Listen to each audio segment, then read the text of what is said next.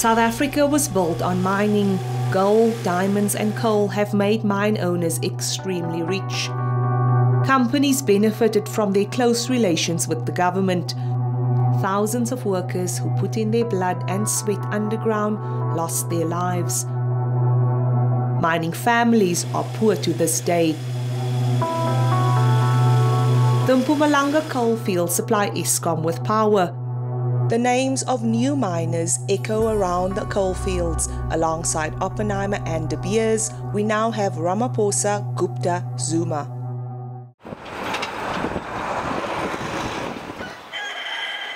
Moses Masango worked for 25 years at the Optimum mine, now owned by the Gupta family and President Jacob Zuma's son, Dudezane. Despite mining coal, Moses lives without power. Workers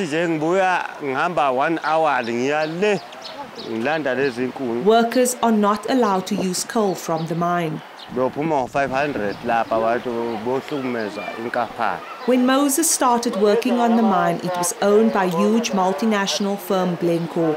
In 2012, the mine's profits were down. They started firing workers. Moses lost his job.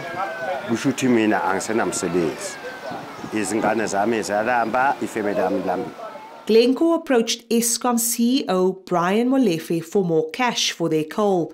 Molefe turned them down. Enter the Guptas. The game changed. Eskom transferred R500 million for coal to a Gupta company, enabling them to buy the mine.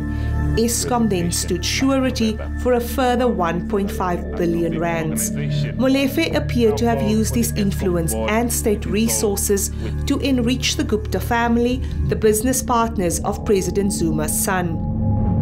This is what has come to be known as state capture. How does it work? You have to actually go out of your way to weaken state organs. And that you do by actually targeting good, honest, hard-working civil servants. Once you hound them out, then you would replace them with people that will basically do your bidding. Evidence is emerging that this is exactly what the Guptas tried at government institutions, from Metro Rail and PRASA to Transnet, Denel and SAA. At Transnet, they received billions in commissions for a train tender. Where they failed to get their way, they seem to have had the power to fire CEOs and ministers. Mzwanele Jimmy Manyi managed R1 billion of government advertising allegedly targeted by the Guptas. He now heads a media empire acquired with their backing. He defends their actions. They have disrupted the eating of the white monopoly capital. This is why the Guptas are hated. The Guptas have found white monopoly capital at the main table eating alone, and they are part of this now. Journalist Sabelo Skiti has documented state capture. He rejects the view that the Guptas are good for transformation. There's no need for people to capture the state and use that argument as a red herring. Jimmy, look at your conscience and look at whether what you are being paid is sufficient for you to contribute to selling South Africa. Magda Wierzycka is one of the richest women in South Africa. She fired KPMG from her investment company over their links with the Guptas. The state capture project has made every South African poorer. The other part that is not really thoroughly discussed is what happens to people's faith in democracy. Mark Swirling co-authored a report on state capture called Betrayal of the Promise. Project of political leadership.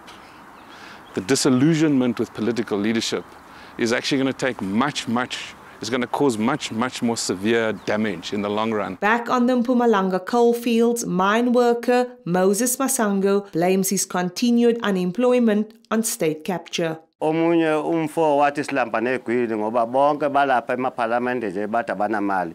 Amagupta la afika nokuthi azosixosha, hayi ukuthi azoletha umnotho. Abahambe bebuyele esweni labo na umsholozi ephume esikhundleni ngena abanye.